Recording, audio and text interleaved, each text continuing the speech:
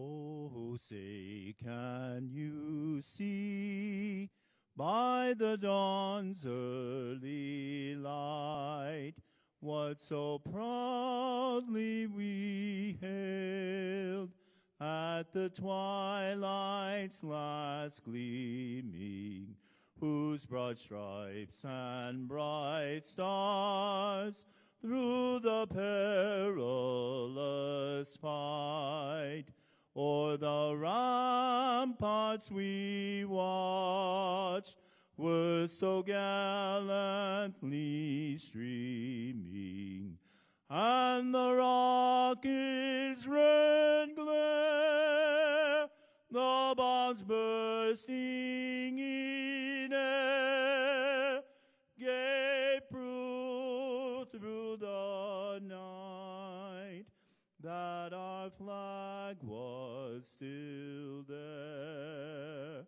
Oh, say does that star-spangled banner yet wave o'er the land of the free and the home of the brave?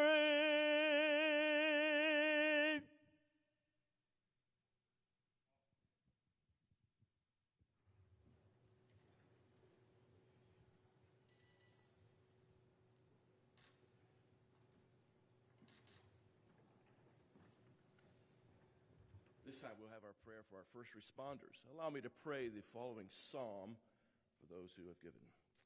May we pray. The Lord is my shepherd, I shall not want. He maketh me to lie down in green pastures. He leadeth me beside the still waters.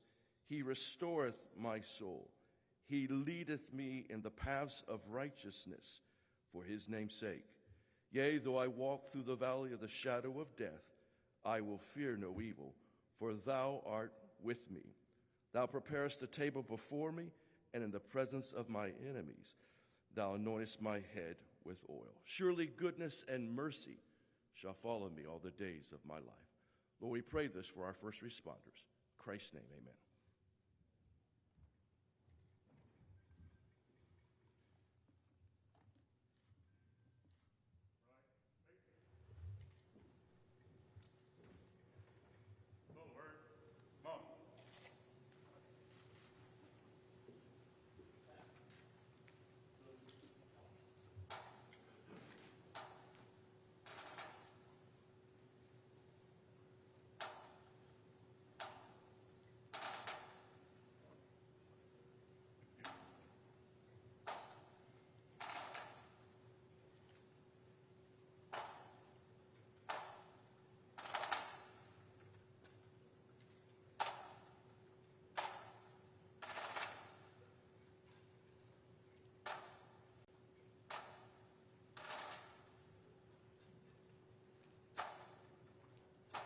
Thank you. May you be seated.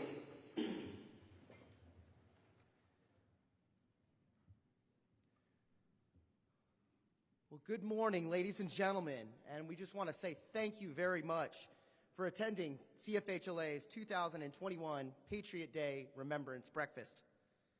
This morning, we will be observing the 20th anniversary of the tragic events of September 11th, 2001.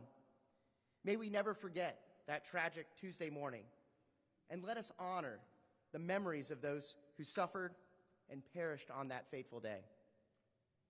In addition, we'll be recognizing our regional heroes in law enforcement, EMS, fire rescue, and hospitality security, who have gone above and beyond in the line of duty.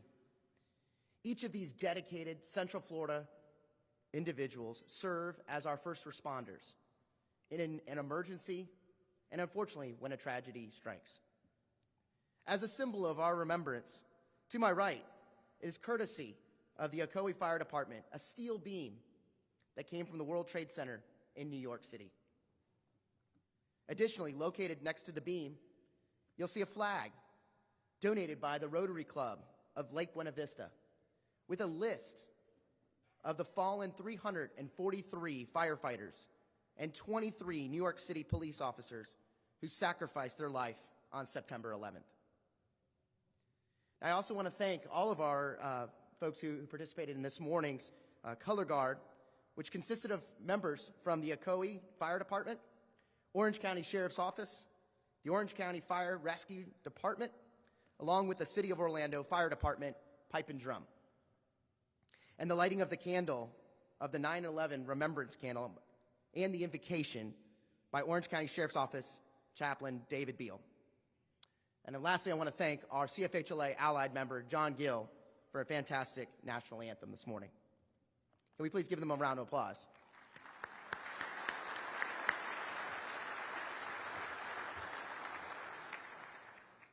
So to commemorate the 20th anniversary of 9/11, you'll find a pin at your place setting, and it's as a reminder that we never forget. Additionally, for those first responders in the room, we have a coin for you to carry in remembrance of our fallen brothers and sisters. If you did not receive a coin at one entering this morning, please stop by the registration desk on your way out at the conclusion of the program. So now it's my distinct honor and privilege to officially welcome several of our Central Florida elected officials who are in attendance today. As I call your name, will you please stand so that we recognize each of you collectively. First, we have with us the Honorable Congresswoman Val Demings from District 10.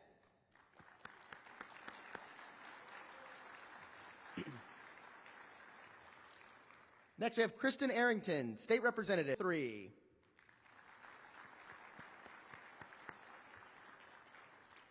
Next with us, we have Geraldine Thompson, State Representative, District 44.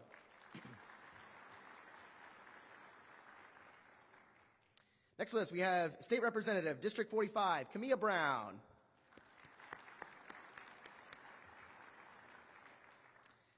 Next with us, we have Ana Escamani, State Representative, District 47.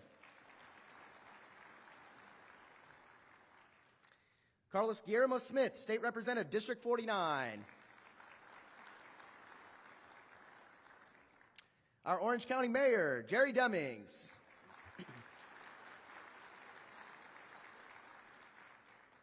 Orange County Commissioner, District 3, Myra Uribe.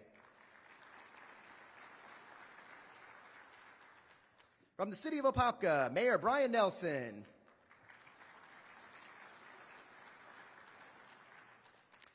From Osceola County, Commissioner and Chairman of the Board from District 3, Brandon Arrington.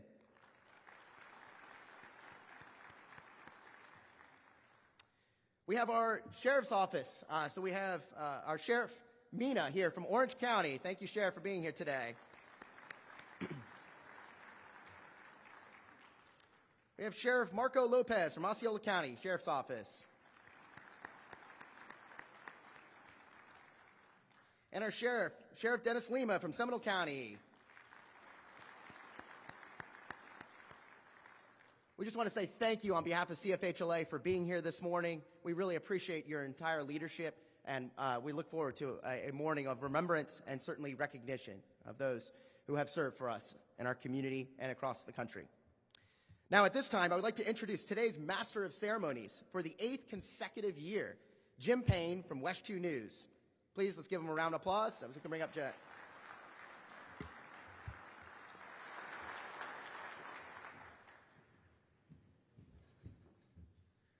Thank you, Robert.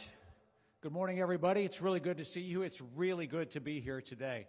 I think this is my 8th year hosting this event, and I look forward to it because, you know, I get to tell the original story of events that happen, but what we find out today is the real story behind that first story, and the real story is always so much better than what I can ever tell on television, and I've read ahead, so I know what's going to happen, and I can assure you that it's going to be pretty darned awesome.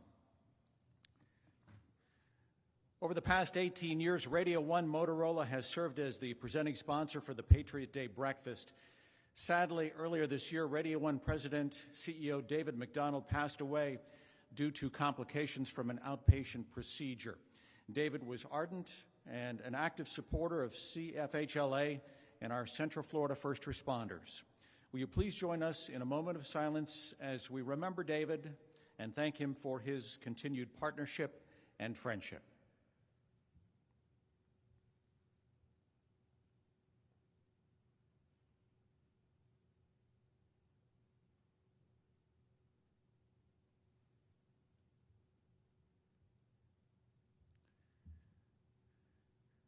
Thank you all very much, and our thoughts and prayers go out to David's family and loved ones.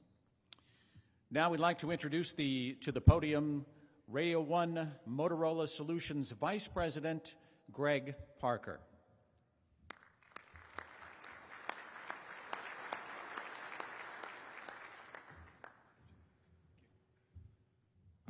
Well, good morning. Thank you, Jim and Robert. We've been a proud sponsor of this annual event for a number of years. Unfortunately, as mentioned previously, we lost our founder earlier this year, and not only my boss, but a very good friend. We've known each other for many years. We started at Motorola together. I remember when the company started, we were just a small group of folks that came together and built a very strong organization over the past 31 years. We sorely miss David. I'd also like to point out that his wife Karen and his son Kurt are with us here today. Karen, if you could please stand, and Kurt.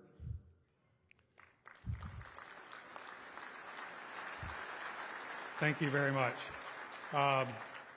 In David's absence, Kurt has stepped up to the job of managing and running the company for Radio 1, and he's doing a fine job, and we want to thank him for that. The McDonald family thanks you for allowing us to sponsor this event again this year, and we will continue to do so in remembrance of those who gave their lives both at the time and at the moment that it occurred, and for those who responded accordingly thereafter, who've also lost their lives to other events that have occurred therefor. Again, thank you. We look forward to continuing our engagement with Central Florida Hotel Lodging Association. Please enjoy your breakfast and our guest speaker today. Thank you.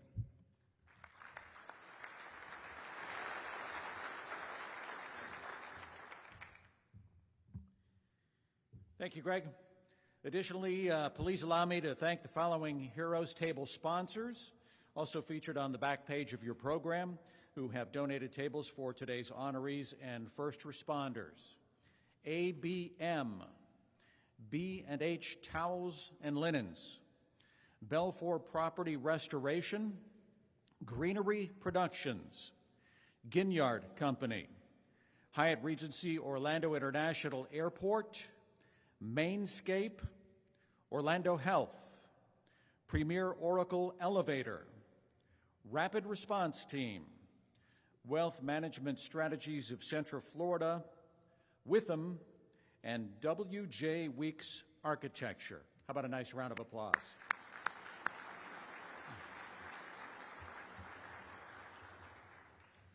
And lastly, I'd like to take a moment to recognize the nearly 160 Central Florida law enforcement and first responders that are here with us in attendance this morning. I ask that all EMS, fire rescue, law enforcement, and security personnel, including city and county police and fire chiefs, to please stand as we express our sincere appreciation for your unwavering dedication and commitment for our community.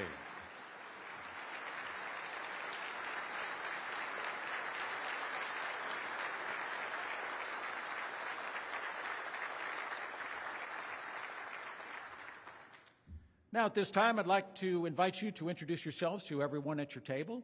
Some of you know each other quite well. Some of you have some new friends to make. Enjoy your breakfast, and we'll be playing a scrolling slideshow entitled We Shall Remember You by Name, which includes a visual memorial and names of each of the 2,997 September 11th victims.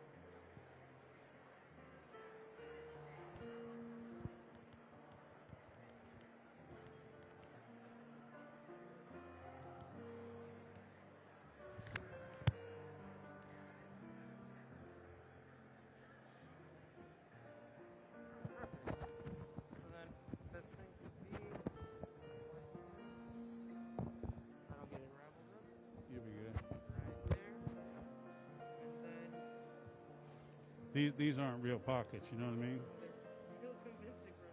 You can just throw it in my pocket, right?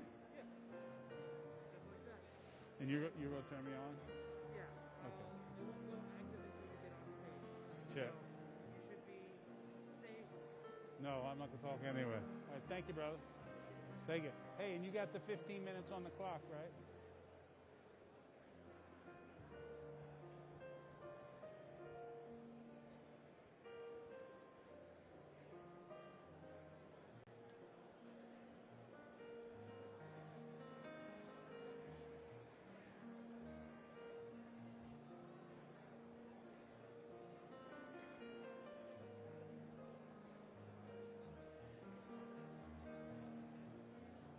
How we doing?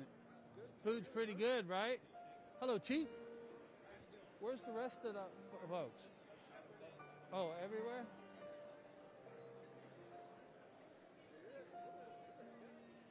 Hey, we're gonna make a good showing. That's what I say. It's not about me. No, it's actually not. I'm way ahead of you there. Way ahead of you there. But I got to make sure I don't answer any questions just in case. The guy in the back could make me look good. Well, he can make me look bad right now, right? He's controlling everything.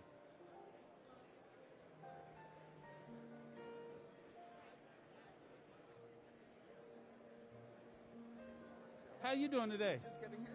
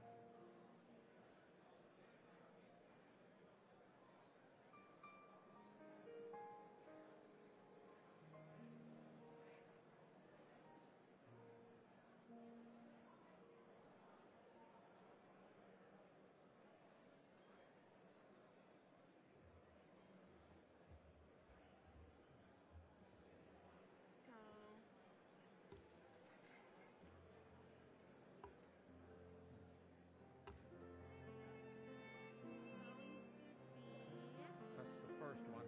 That's the big group. Yes. So, okay.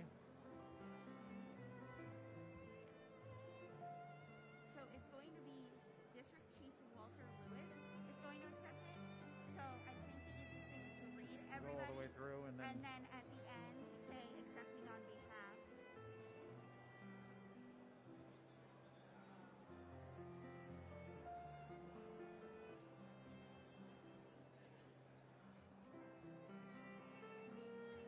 Perfect. okay. All right. And I think that's it. Okay. Yeah. Perfect. All right. Thank you. We have like a minute. Okay. Yeah.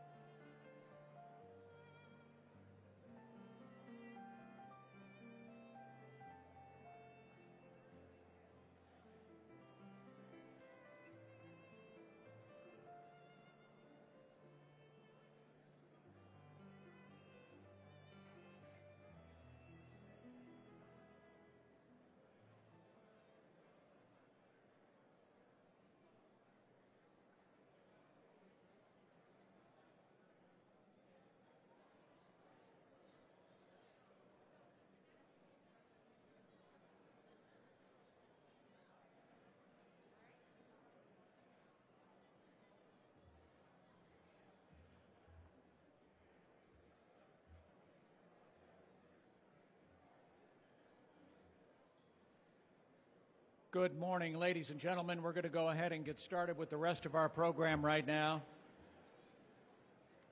In just a few seconds, we will pause for a moment of silence as we remember the moment the North Tower was struck by American Airlines Flight 11.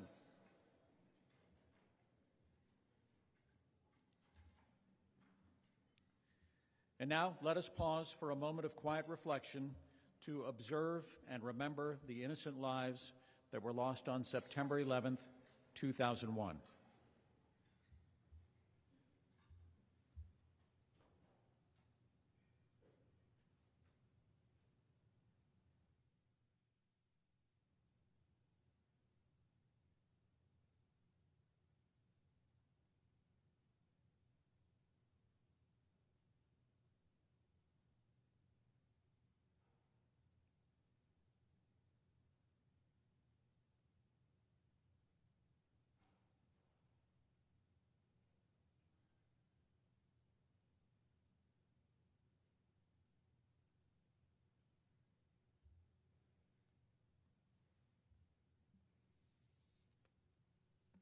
Thank you all very much. Today's keynote speaker began his career in September of 1979 with the Fairfax County, Virginia Fire and Rescue Department. Over the next 35 years, he became Battalion Fire Chief of the Special Operations Division and Hazardous Materials Team Program Manager. In March of 2014, he moved to the Virginia Department of Emergency Management for the next 4 years as Emergency Coordinator, Region 3, and a Region 7 Hazardous Materials Officer. Between March of 2017 through July of 2020, Chief Buckley worked for DHS, FEMA National Incident Management Assistance Team, and the Metropolitan Washington Airports Authority Fire and Rescue Department. In November of 2020, he moved to Orlando to work for the City of Orlando's Fire Department as the Deputy Fire Chief of Emergency Services Command and is currently the interim City of Orlando Fire Chief.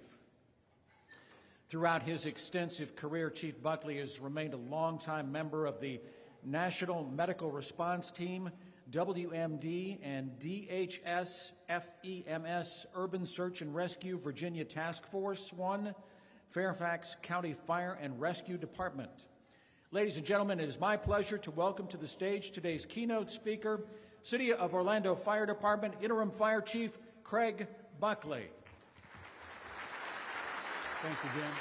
Very, very kind.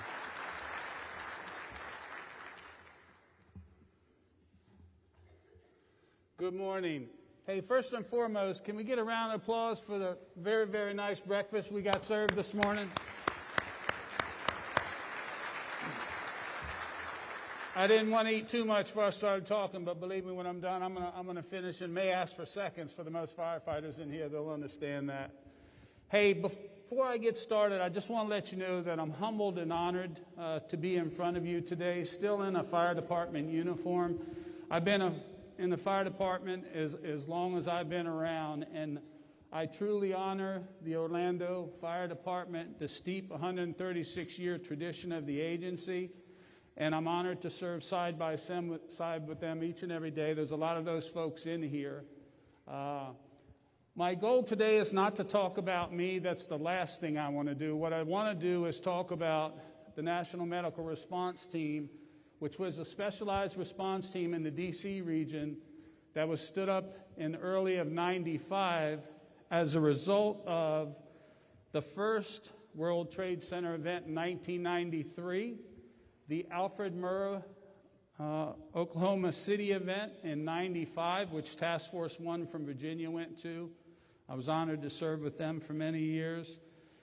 And then the sarin event, the nerve agent event in the Tokyo subway. So at the time in Arlington, the fire chief was a gentleman named Ed Plogger. And Ed Plogger was actually a sergeant when I was in recruit school.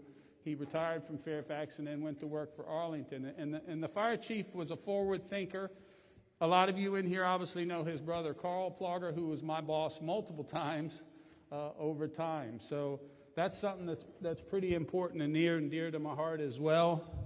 The history there and the history that he has here with Orange County. So Chief Plauger decided, listen, are we prepared for this? Do we have enough assets to deal with this on a regional basis? And can we deal with the new emerging threats in the region? And the answer was, not really. We need to take a look at it. We need to look at what the resources are. And so that's how the first Metropolitan Medical Strike Team in the country was stood up. It was an excellent fit for me personally because that was my background. And in Fairfax County, we had a very, very impressive hazmat team. I can't say enough good things about those folks. So everything got started in '95. You see the seal here of the National Capital Region. For many, many years in the National Capital Region, things were done on a regional response basis. So companies ran together with companies every day. There were no jurisdictional bound lines. When I was an early firefighter in Fairfax, we ran calls with Arlington, Alexandria. There'd be 3 or 4 jurisdictions on one response on true automatic aid. So that was very helpful when we stood up these teams. I'm going to continue to look at some notes so I don't leave some things out, but I do not want to read to you today, so I'll try to be as brief as possible. But I wanted to make sure that you understood when we stood up, there was multiple jurisdictions from what they now call the DMV, District, Maryland, and Virginia. So we had members on the team from Prince William County, Virginia. My son-in-law, for the law enforcement people in here, is a police officer in Prince William, Virginia right now. He has 13 years on the job, and I'm trying to talk him into coming to Florida, but as you can imagine, that's not going over very well, so I'm going to still work on that. Loudoun County participated, the City of Alexandria, the District of Columbia, Washington, D.C., Loudoun County, and then Montgomery County and Prince George's County in Maryland. So after that first meeting and things we put together, we kind of looked at what are we trying to do and what's going to be our mission. So I had to go back and look at some things because, again, like all of you, 20 years is a long time. You know, at the time I had 22 years on the job. I was a captain, had a great job, and this was a huge task for us. So I was excited to be part of it. And that's my goal today. My goal today is to honor the people that served on those teams. As we looked forward what we were going to do, our mission included, and I do have to read this. I could never remember all this. Our mission was threat identification, and I'll talk about the pictures that they just put up. Mass and individual decontamination of victims at a possible, back in the day they called it an NBC event, nuclear, biological, chemical. Most of you know it today as a CBRNA event, right? Just same name, same kind of things.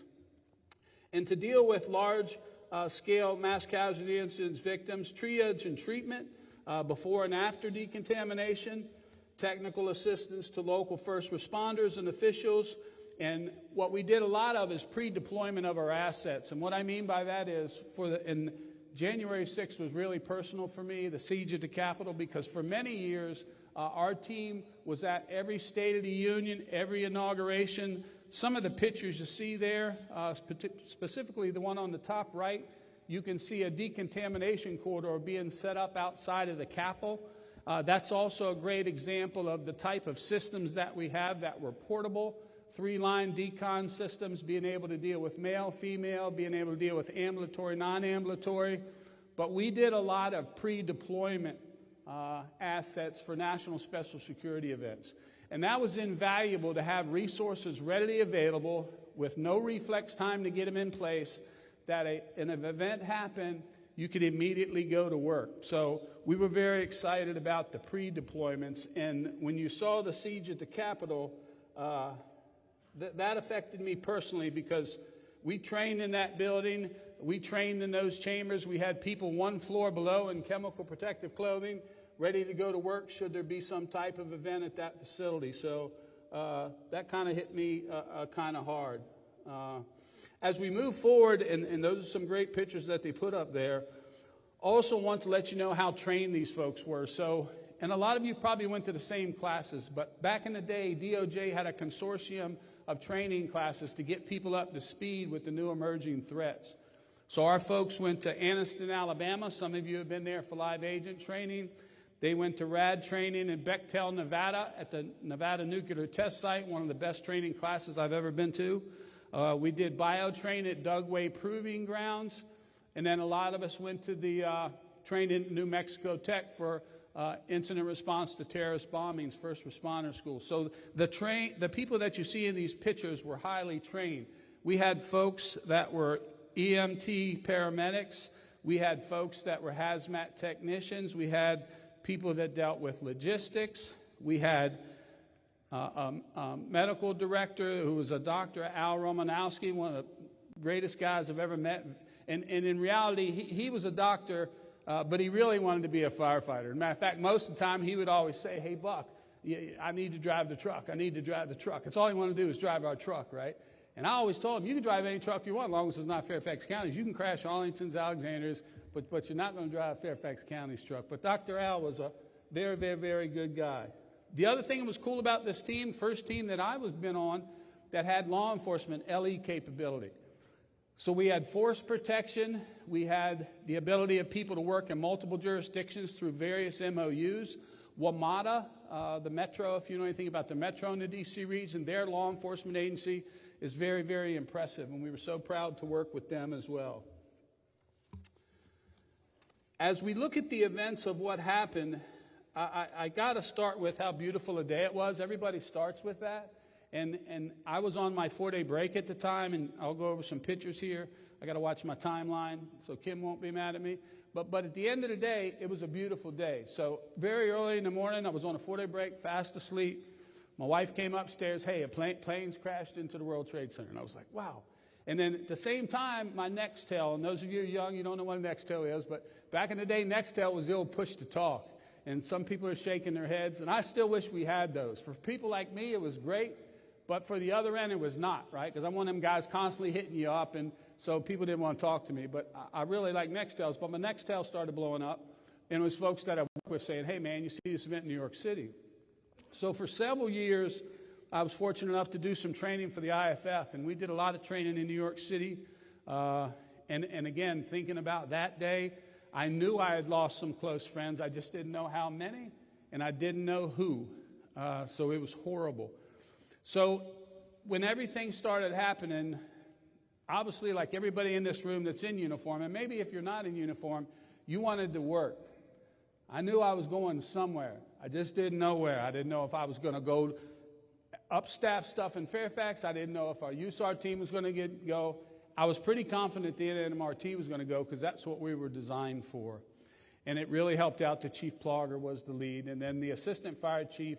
First things I remember getting out of a unit, and I actually had to catch a ride with an EMS unit from Arlington's Academy because our resources were already gone, is the amount of helicopters. There were so many helicopters there. They had a huge, and in the NIMS stuff, they call that helispot. They had a huge helispot with state police helicopters, county police helicopters. Inova is a big EMS player in that region, so unbelievable amount of helicopters. The one on the top right, that's kind of the view that I got when I showed up on the west side, if you know anything about it, or the Washington Boulevard side. I had been to that building for training throughout my whole career, and then I grew up in the National Capital Region, so I've driven by that as a young kid and was always amazed about the facility. It's a monstrous, monstrous facility. The footprint and size, I can't even tell you how big it is, but it's huge. The other thing interesting about this picture, you see the crash trucks operating. Little did I know that day, 17 years later, I was fortunate enough to get hired by them and run their emergency services command with some great people. And for both Dulles and Reagan. And looking at that in the city of Orlando, we actually have a crash truck at Station 6 loaned by the GOA folks. So I'm looking forward to working on those relationships here in the city. When we got started, as you can look, you can see, and I think Chief Plogger said it the best, this was a building fire, this was a mass casualty incident, this was a hazmat event, this was a terrorism event, this was a huge crime scene event, technical rescue, structural collapse, all in one. And it's probably the first time I've seen, and we were big in NIMS up there and ICS, but it's the first time that I've actually saw it for real to this scale, an incident management system. And it was true unified command. You hear a lot about it in classes. Okay, you know, you're going to have a representative here, representative there. But at this call, it was unbelievable, the cooperation and collaboration. And I think, and Chief Plogger mentioned it the best, and I read something that he just wrote the other day, because everybody's doing this all over the country. And he said it best is that it was 25 years of relationships and planning and knowing people to be able to perform on that day. And I think that was invaluable. The other thing, to bring a personal touch to you, we had to put one of the first tasks they gave our team, because we had the capability of doing EMS, so some people helped out to the EMS treatment and transport. But I will say back to the start triage and all that, most of the red patients were already out, right? They were already gone. There was some stuff. They used some of our supplies. But at the next point, they asked us, hey, can you guys do the hazmat work here? Obviously, the plane had just taken off, and we call that in the aviation industry, that plane crashed heavy, which means a lot of fuel. And some of the vivid memories I have at that scene was the smell of jet fuel, right? So that was not only a structure fire, that was a Class B fire. And so that was a huge thing. And they said, hey, Buck, can you guys, assess the secondary hazards? Can you check for ChemRad? And we said, absolutely. But one of the difficulties is a lot of the people that were on this team were already engaged from their local department. So you had a local response, and then you have these other assets that are going to come from home like me. So it took us a little while to get things up and running. But once we did, we put some people together to go down range. And again, the pictures don't do it justice. I'm looking at the one on the top left. That's an incredible vast area of space to be able to take a look at for you hazmat people to do some detection and monitoring for chem, for rad. And I'm thinking about where monitoring stuff is at today compared to where it was then. Now you have all sorts of real cool high-tech stuff. You have stuff that you can do area monitoring where you can put some stuff downrange, set it up on site, and the responder doesn't even have to be attached to it, and they can look at it remotely. But back in the day, it was true point source detection. So we had people walking around that site, and one of the biggest things is it was a huge firefight going on there, right? So that scene was dangerous, health and safety. And those crash trucks, if you've never been near an ARF crash truck, those things are beasts. They're loud as can be, and the visibility on them is not that good either. So the last thing we wanted to do is get anywhere near. But they were having some big-time impact with those bumper turrets and those roof turrets.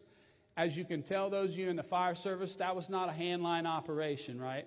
That was a huge, and the way the Pentagon's put together, it's in 5 rings. So you can see the entry point on the top left and the damage that was caused when that plane went in. So we basically operated on the Delta quadrant, on the Bravo quadrant. For those of you who don't know, just left and right, just different lingo.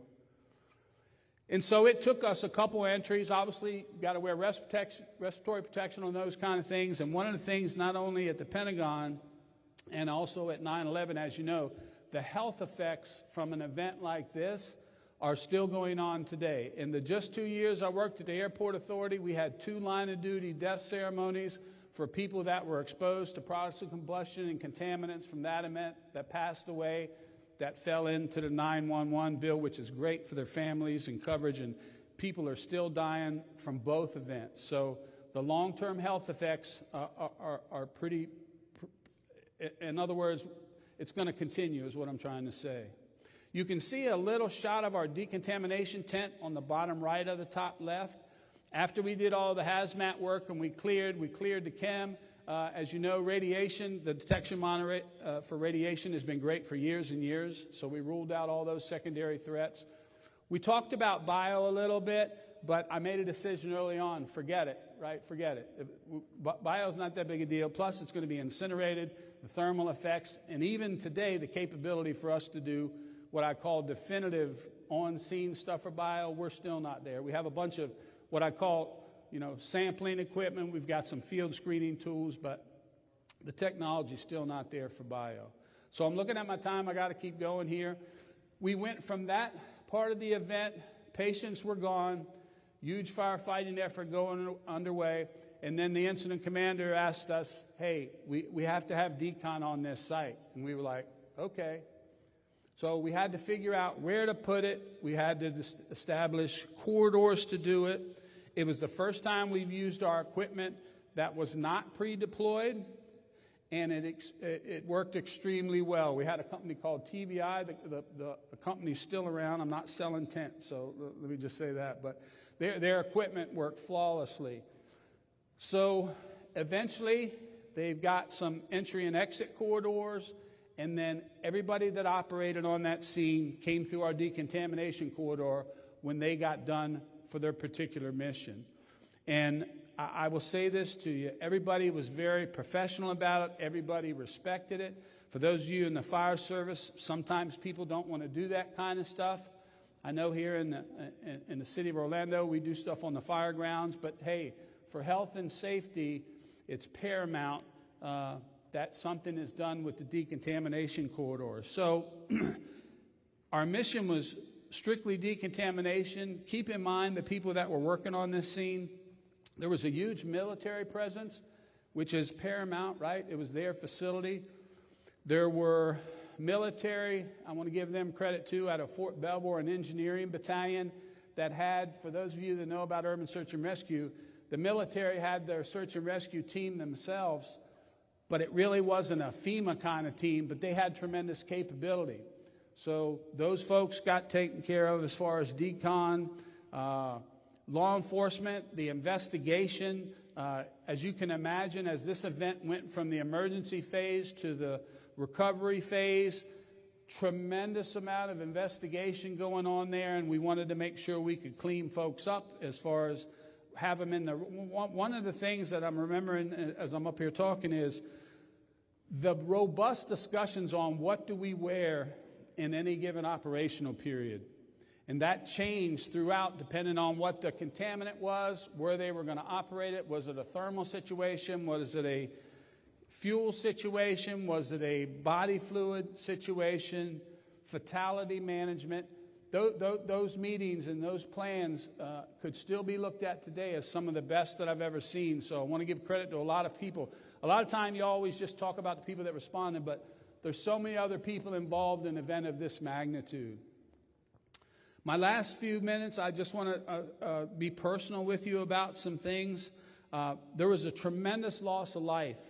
I remember hanging out next to the tents. And in our decon corridors, if you can imagine this, would come in waves, right? We'd have 40 or 50 people show up, and then it'd be an hour, 2 hours, and then another group of workers would show up. So there was like downtime in between work. And I'll never forget, and I'm sure if you talk to other people that serves, never forget, it was very quiet during those times. And when we looked up at that building, and I can see it today where that plane went through, those were offices. And you could see an office setting, and I'll never forget the size of computers. You folks that are older, right? Remember how big computers were back in the day? Big white screens. And I can vividly remember sitting at the decon corridors just looking at that facility and thinking about, man. And again, there's some of those things you'll just remember forever because it literally went through that thing like a knife. So the last thing I'd like to do is recognize some people that lost their lives that I personally know. And it's probably the most important thing I would say about my response to the Pentagon is I knew friends of mine were going to die. When I found out it collapsed,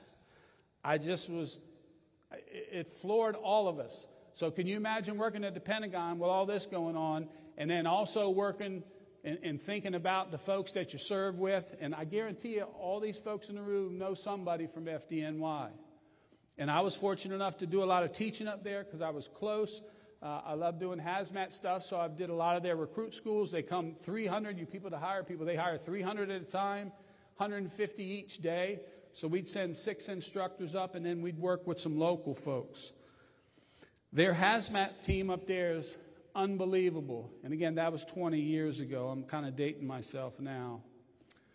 But I have to mention one of my mentors and really close friends who was a person that I looked up to, that I wanted to be like, and I hope if he's looking down right now, he's proud of what we're doing.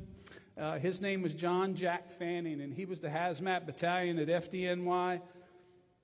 And I knew all these folks would be there.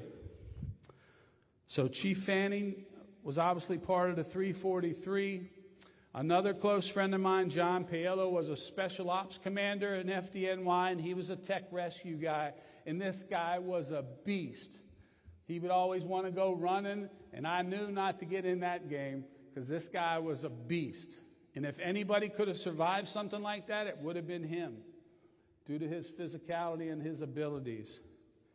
But obviously, Chief Paolo was part of that as well. And then the last one, a close friend of mine, a gentleman named Tommy Gardner, was a hazmat technician on Hazmat 1. And those folks used to come visit us in Fairfax County, and we'd go visit them. And the folks from Orlando sent some pictures out just yesterday that were just amazing on the relation. So I guess what I'm leaving with you today is there was tremendous, tremendous team effort at the Pentagon. I'll never forget it. I'm honored to be part of it. And I was trying to just, as I was thinking of what to say to you today, it's hard trying to figure out what that needs to be. But I know now that's what it needs to be. It needs to be that there was a lot of people served that day. You've heard those terms, right? So that's my message to you today. Also, we're here today for a whole bunch of people that are going to get awards. So let me, before we get started, congratulate all of the award winners sitting over here. Can't thank them enough for the service, people that put the information on them. And then I would also add to you that everybody sitting in here in uniform is willing to do that on any given day. Maybe leaving out of here, put themselves in that type of a situation. Again, I'm honored and humbled to still be in a uniform at this point in life. Proud to be serving the citizens of Orlando, and I hope I did a good job just kind of honoring some people that I served with, some people that lost their life. And, hey, I'll be forever grateful for my ability to work from some folks at the Pentagon. And I still talk to people regularly that served there. Obviously, the people that I worked and know in life, you know, getting a little bit older. But humbled to be before you today. Congratulations to all the award winners. And, hey, the best thing we can do is never forget what happened, never forget the sacrifice. And for those of you in uniform, thank you so much for what you do every day. Thank you very much.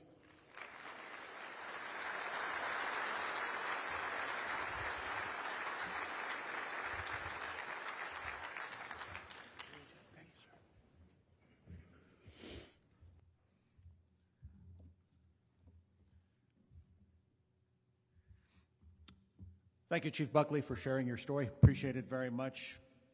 It gives us the proper mindset to move forward.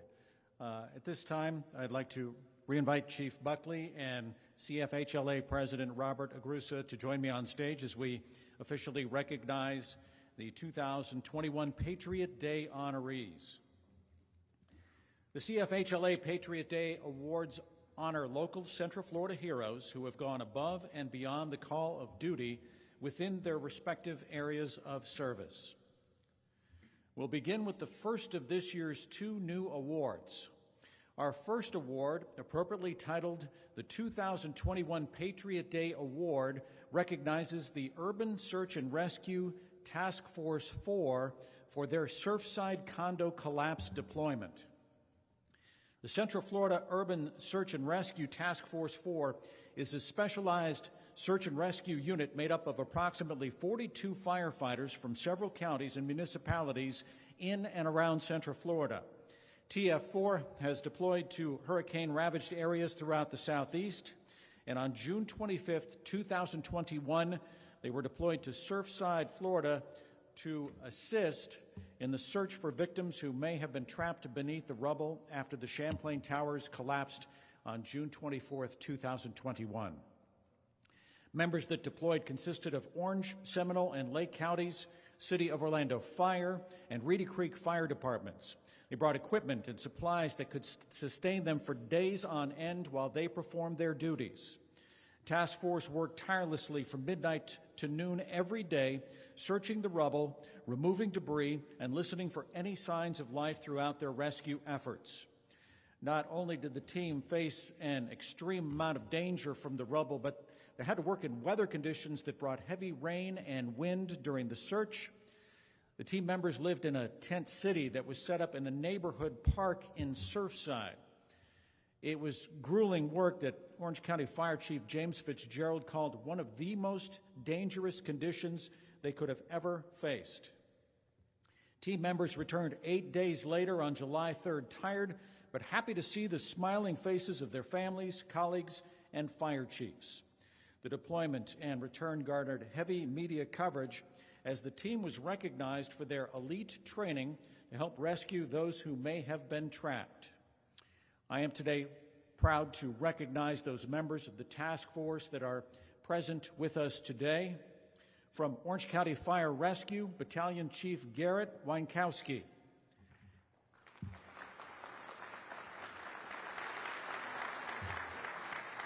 Captain Michael Zalanka. Lieutenant Eric Fisher.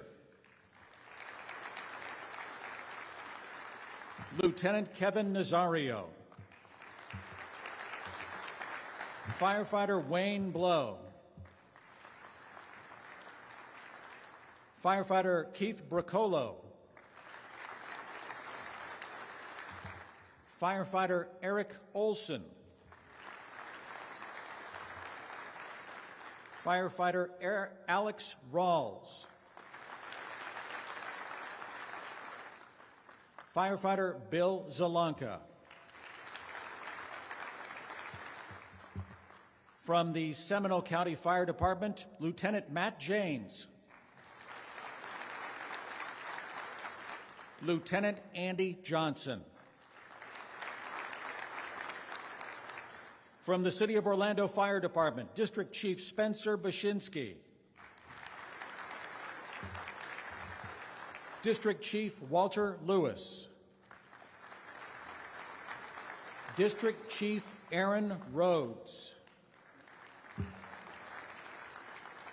Assistant Chief Craig Hewlett. Lieutenant Art Bergen. Lieutenant Leslie Kinsella. Engineer Ken Happel. Engineer Jimmy Madriaga. Engineer Andy Mills. Engineer Jerry Seidel. Firefighter Chris Cuellar. Firefighter Joseph Fox. Firefighter Ed Haynes. Firefighter Justin Jones. How about a nice round of applause for all of our firefighters out here on the stage right now?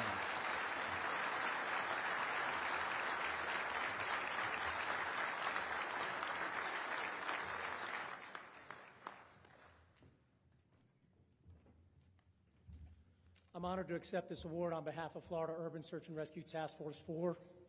As one of their task force leaders, it was my distinct honor to serve in that capacity to the citizens in Surfside that lost their lives that day.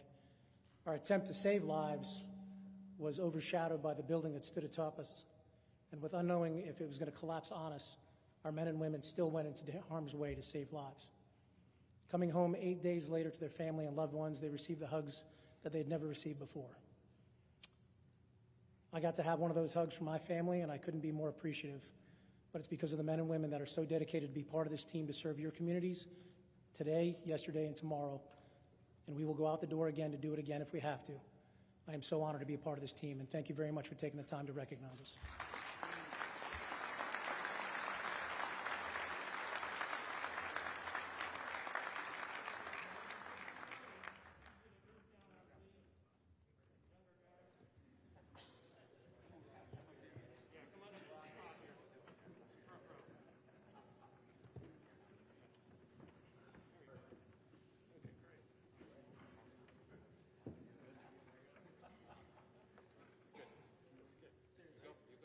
Okay, ready, gentlemen, right here. Good, 3, 4. Okay, let's go here. Thank you.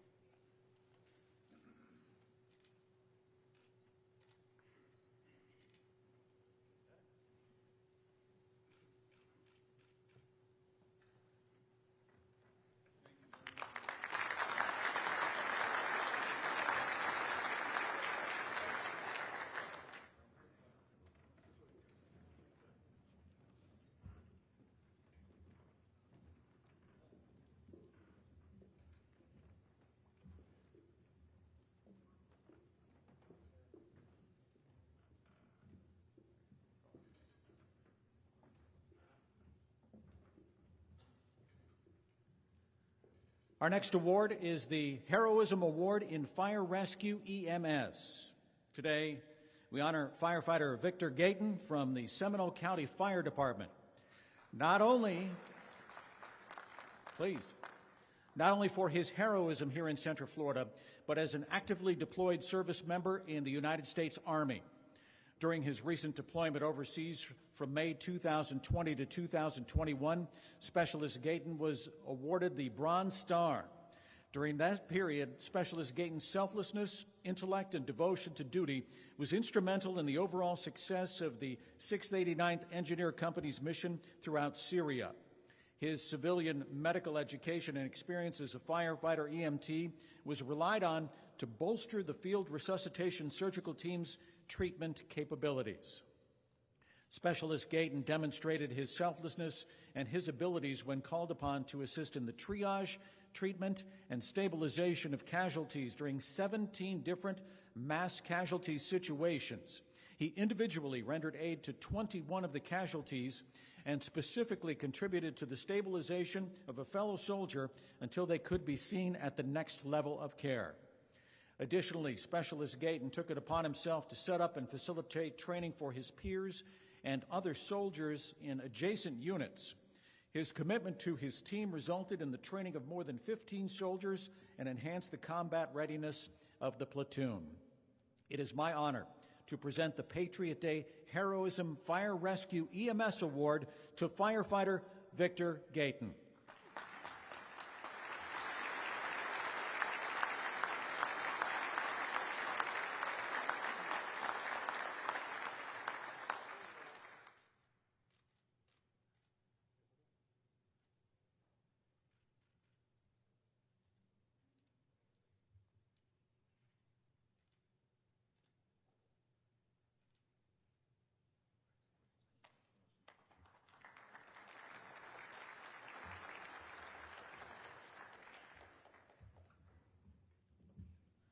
Our third award is for heroism in law enforcement.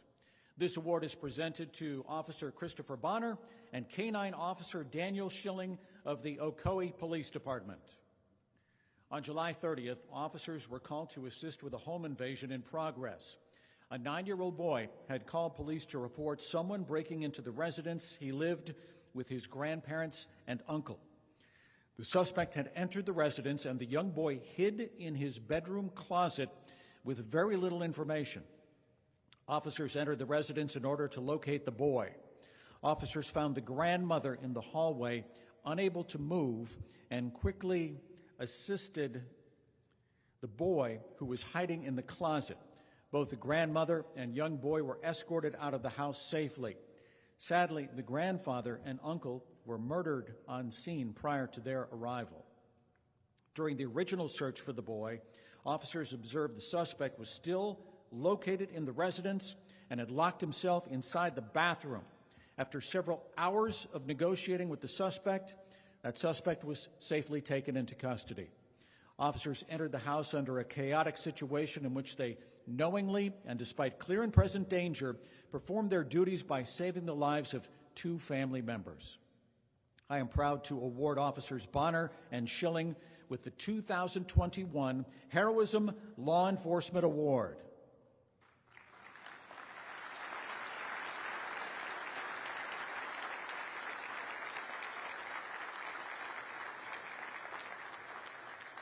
Regrettably, Officer Bonner was unable to attend today's program. Accepting the award on his behalf is Lieutenant Iannuzzi of the Ocoee Police Department.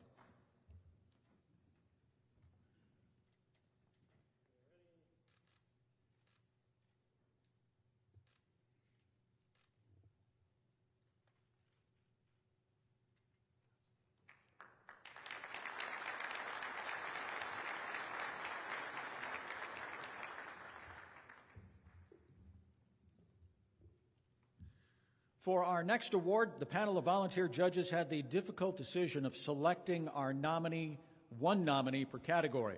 However, this year's panel felt that our next honoree deserved to be recognized for their outstanding commitment to service in multiple areas. Therefore, our second new award is the Distinguished Service Award. Moving forward, this will not be awarded each year. However, future panels will have the option to select a recipient. This year's honoree for the Distinguished Service Award is Deputy Noel De Jesus of the Orange County Sheriff's Office. This year he was nominated in 2 categories, both heroism, law enforcement, and life-saving law enforcement. On November 28th, Deputy De Jesus and a fellow officer responded to a convenience store for aggravated battery with a firearm. Upon arrival, deputies located a victim in the driver's seat of the vehicle with a gunshot wound.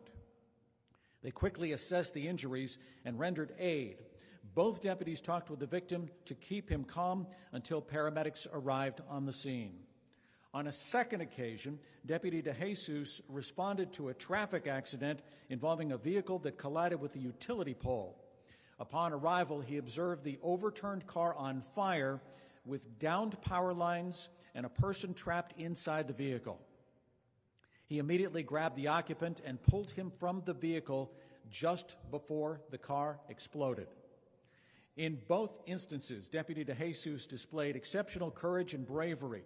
These commendable actions are in the best traditions of law enforcement and exceed the high expectations and standard of the Orange County Sheriff's Office.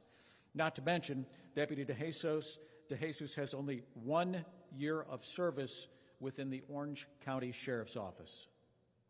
This morning, I am proud to award the first Distinguished Service Award to Deputy Noel De Jesus of the Orange County Sheriff's Office.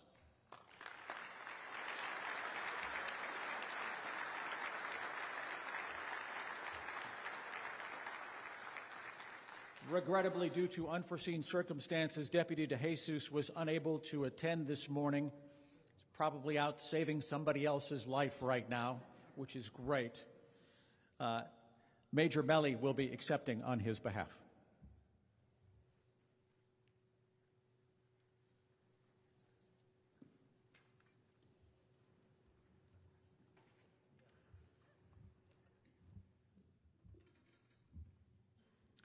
Today's next award is a Joint Life-Saving Fire Rescue EMS and Law Enforcement Award for members of the Orlando Fire Department and the Orlando Police Department. Due to the swift and decisive actions by on-scene personnel, multiple lives were saved by this water rescue emergency. On December 10, 2020, the Orlando Fire Department Engine 14 responded to a call regarding a car that was submerged within a lake with a family of 4 inside. Upon arrival, Engine 14 entered the water for rescue. 1 child was standing in the water and was quickly assessed to the shore. The second child was still secured in his car seat. Firefighter Clanahan took the place of a bystander who had been holding the child's head above water. Chief Lewis, who was off duty that afternoon, arrived to assist. 4 Orlando police officers also arrived on scene to assist. The seatbelt on the child's car seat was finally cut, which freed the second child, who was immediately brought to the shore for patient care. Contact was then made with the driver, who was unable to get out of the vehicle. At this time, Dive 2 arrived and entered the water with 2 divers. The determination was made to use hydraulic tools to extricate the driver. Extraction tools were utilized to remove the rear door, which gave access to the front door that was then opened with spreaders. The driver was removed and assisted to shore. The final passenger was located in the front seat area with an 8 to 10-inch air pocket. A portable TNT unit was brought in to open the front passenger door. The individual was quickly removed from the vehicle and brought to shore, where they received treatment by emergency personnel. For their extraordinary efforts, I am proud to honor the following life-saving fire rescue, EMS, and law enforcement awardees. From the City of Orlando Fire Department, District Chief Walter Lewis.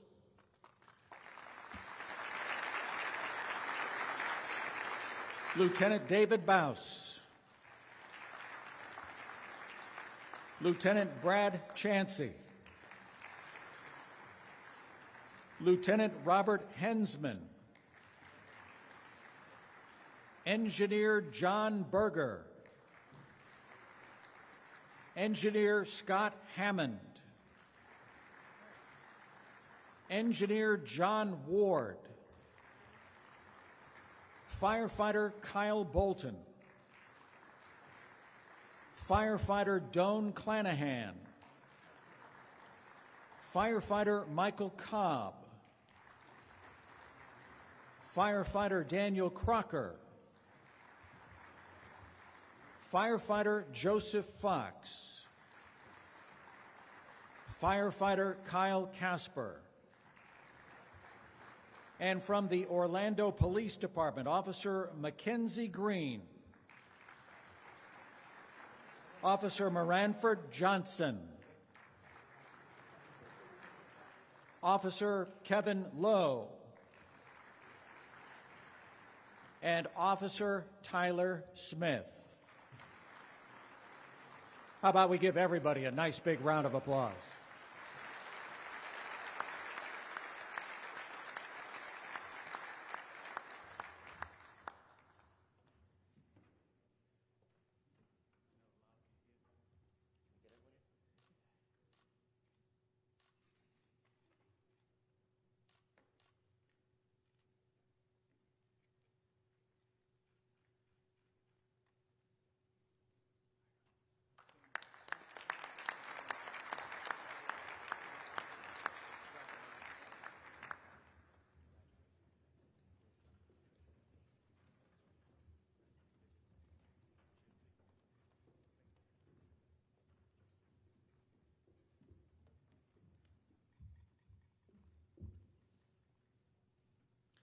Our sixth honorees are Officer Otto Garcia, Officers Charles Loker, and Officer Isaiah Price from the Sanford Police Department, who will be accepting a life-saving award in the category of law enforcement.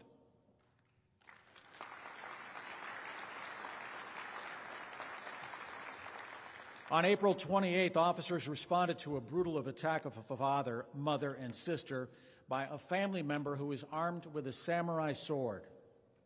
When arriving on scene, without any regard to safety, officers ran into the residence to render aid to the victims.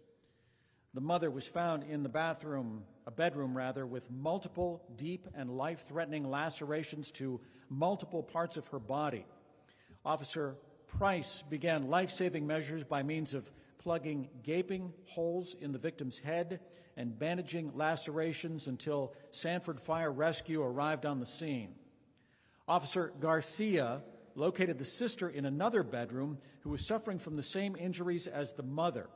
He immediately began life-saving measures, including applying tourniquets and bandages on all extremities that were severely injured from the attack. Officer Locker located the father, who was in the worst of condition of all three victims, and began life-saving measures. The father was suffering from severe lacerations to his head and face area. Additionally, the father was suffering from burns to his torso, which were inflicted when the suspect tried to set him on fire. Due to each of the officers' selfless acts and quick response, all three victims of this horrific and tragic call were able to survive and begin their recoveries. It is my privilege to award Officer Garcia, Officer Locker, and Officer Price from the Sanford Police Department with the Life-Saving Law Enforcement Award.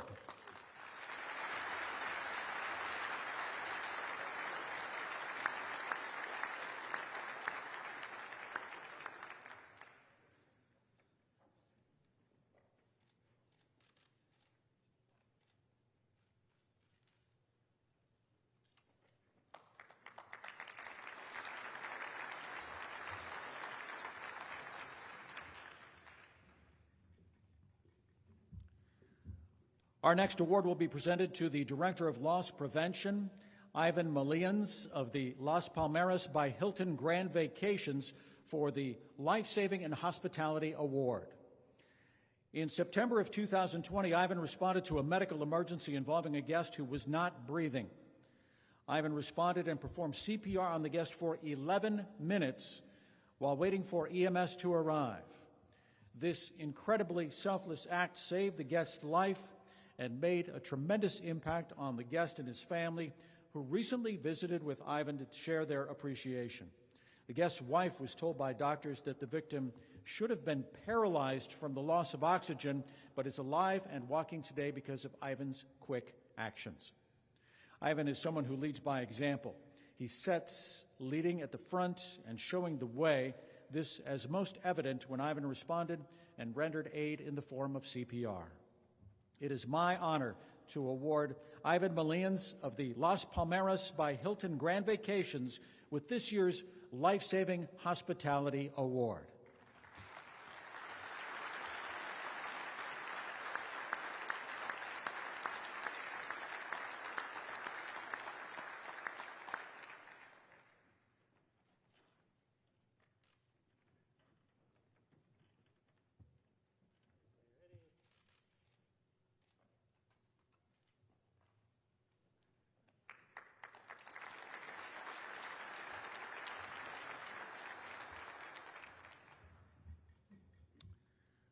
Our final honoree will be awarded our 2021 Patriot Day Remembrance Lifetime Achievement Award. Retired Sergeant Don Devlin began his career with the Osceola County Sheriff's Office in March of 1989. Since the beginning, he developed a reputation for being one of the best. In the first years of his career, he was active in seeking out and obtaining the knowledge, skills, and abilities which would carry him throughout his tenure with the Sheriff's Department. After a few short years, he transferred to the Osceola County Investigative Bureau, where his love for investigations developed and his proven results earned him the respect of his fellow peers. This initial transfer led to other career paths such as tactical units, criminal investigation units, and DUI traffic enforcement, where he won several MAD Officer of the Year honors. In 2001, our honoree was promoted to the rank of sergeant. It was at this time that he really began to create his legacy.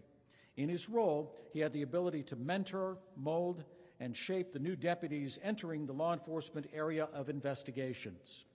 Shortly after his promotion, he became involved in the investigatory units focused on the tourism community within Osceola County. Working with the tourist policing unit, the partnerships formed with the stakeholders in this community assisted in prolonged investigations that made real impacts. Under his leadership, the tourist policing unit won numerous cases, putting criminals behind bars for a combined total of over 500 years. When staffing shortages mandated reassignment to patrol duties, Sergeant Devlin took over a training squad full of young deputies, but he welcomed the change and took it easy on the younger people. And you know what that means. When you mention his name, those who worked around him are quick to share a story or an incident in which his influence on the outcome was significant. Those who have had the privilege of working with him describe his humor, his insight, his instinct and knowledge, combined with a passion and drive to catch criminals. After over a 30-year career with the Osceola County Sheriff's Office, his impact still lasts in his absence. Retired Sergeant Don Devlin, we thank you for your service, and we are honored to present you with the 2021 Patriot Day Remembrance Lifetime Achievement Award.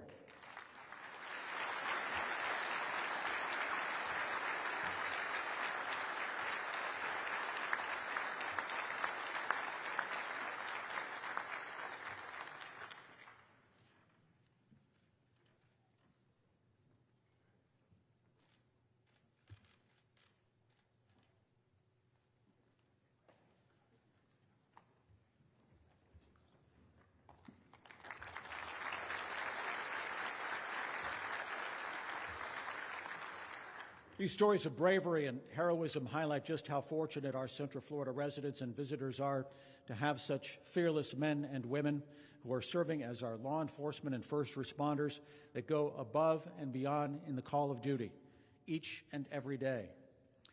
Now I'd like to take a moment to thank our 2021 Patriot Day Committee, Chairman Bruce McDonald of the Hyatt Regency Orlando International Airport.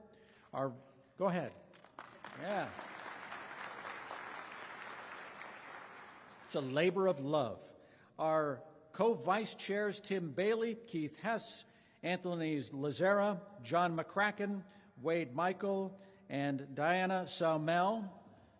and the members of the Patriot Day Planning Committee for their contributions and efforts. Without their dedication and support of this event, it would not have been possible. I'd like to ask for each of the committee members present this morning to please stand and be recognized.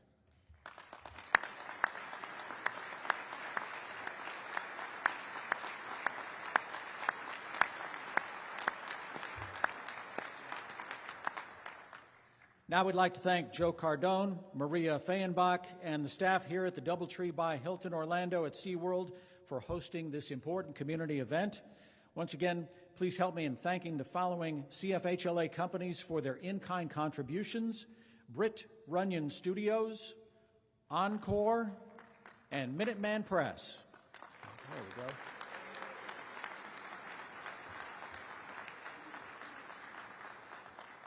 And once again, please join us in thanking our presenting sponsor, Radio One Motorola Solutions, for their continued support of this event every year.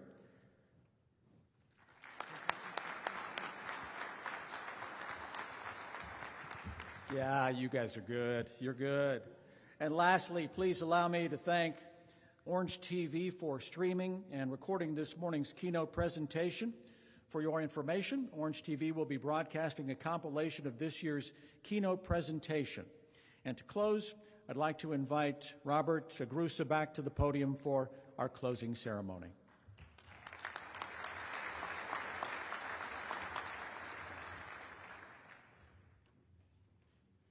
Now, ladies and gentlemen, please let's give a round of applause for our event MC.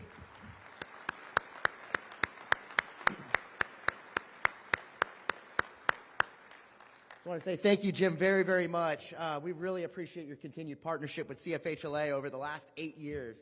And thank you again for being part of today's signature event here today. So with that, now I'm going to go ahead and we're going to conclude our today's program here. And I just want to remember that today is a day of remembrance for those that were lost or were injured in the tragic events of 2001. Excuse me.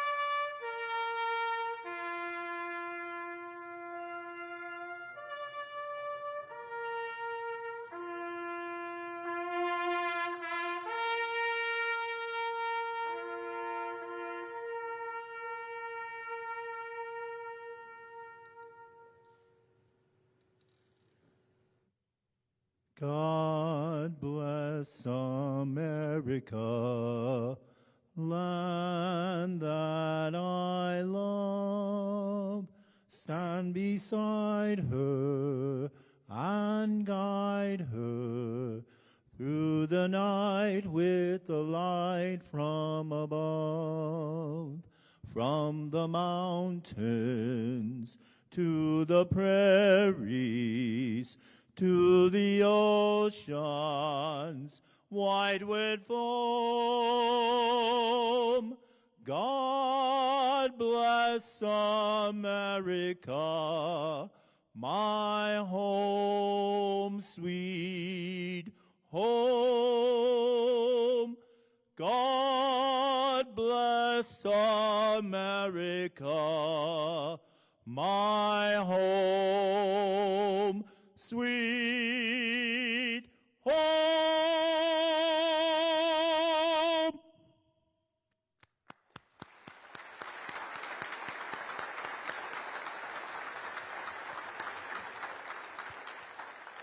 Thank you so much, John, and thank you very much for the wonderful taps there. And with that, ladies and gentlemen, we are going to conclude today's program. Please be safe, and let us never forget all those that were lost or were injured on 9/11. Thank you all, and have a blessed day.